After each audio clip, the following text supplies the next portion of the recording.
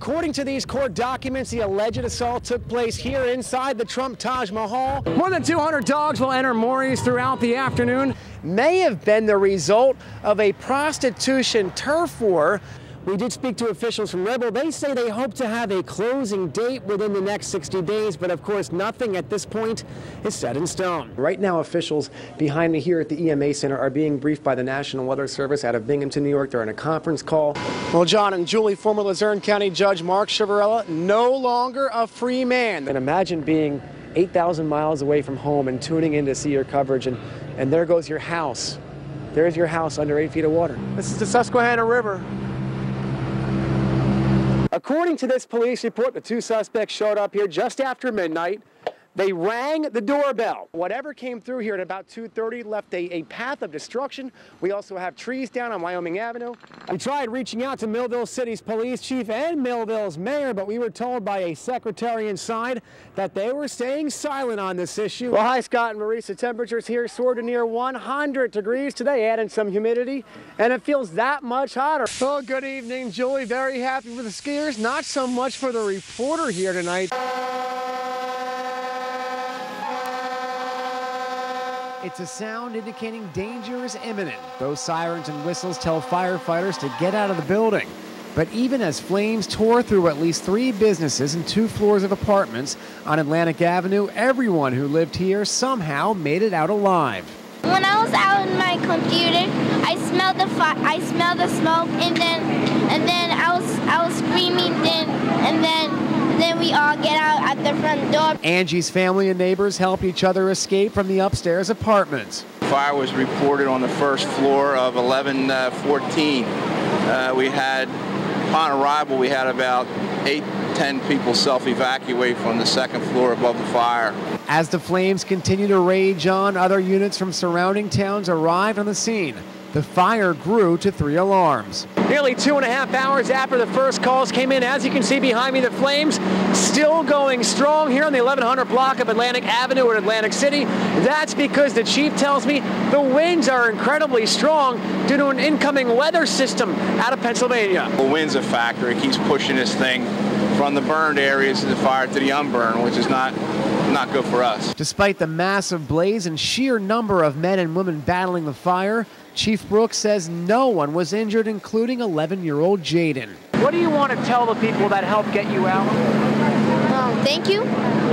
In Atlantic City, I'm Jim Murdoch, NBC 40 News. Now, Marisa, this morning we went to the apartment of attorney Tony Lupus here in Plains Township, just up the road. We knocked on his door, and to our surprise, the man many people have been looking for weeks answered. That's when I asked him about the alleged scheme. What about the allegations, though, against these people that say you scammed them? Well, everything will be answered as time goes on. Everything will be answered as time goes on? Yeah, as things develop. That's all I can tell you right now. You'll have to talk to my attorney. Well, were you scamming people? What happened? And that's all attorney Tony Lupus had to say.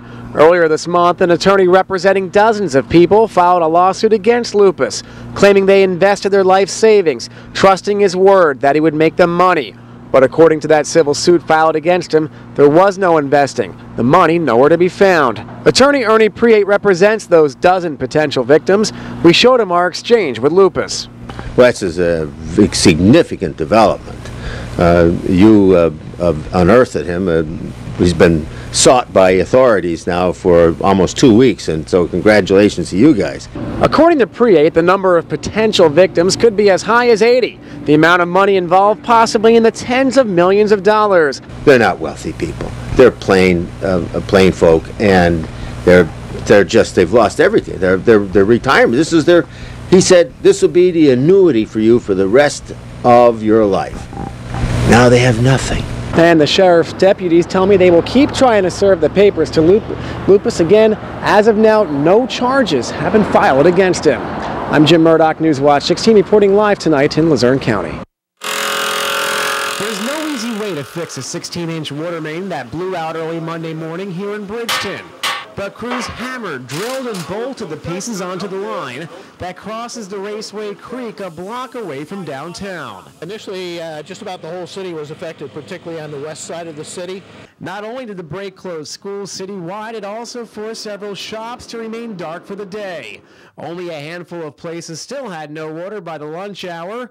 Al's Automotive was one of them. I'm not even that dirty to wash my hands, so yeah, we can't wash our hands and we can't use the toilets. Well, typically when a water main decides to blow itself up, it's easy to spot thanks to that geyser that usually erupts downtown. Here, not the case. Because it was under a bridge, it wasn't spotted until daybreak by the excess amount of water flowing down. In fact, it was so wet here, crews actually had to bring in this boat to load in all their supplies. This particular pipe was put in the early 1900s. And it's cast iron, and it holds up, and when it goes, it goes. Crews say the repairs will cost the city only around $3,500, and service should be fully restored by Monday night. In Bridgeton, I'm Jim Murdoch, NBC 40 News.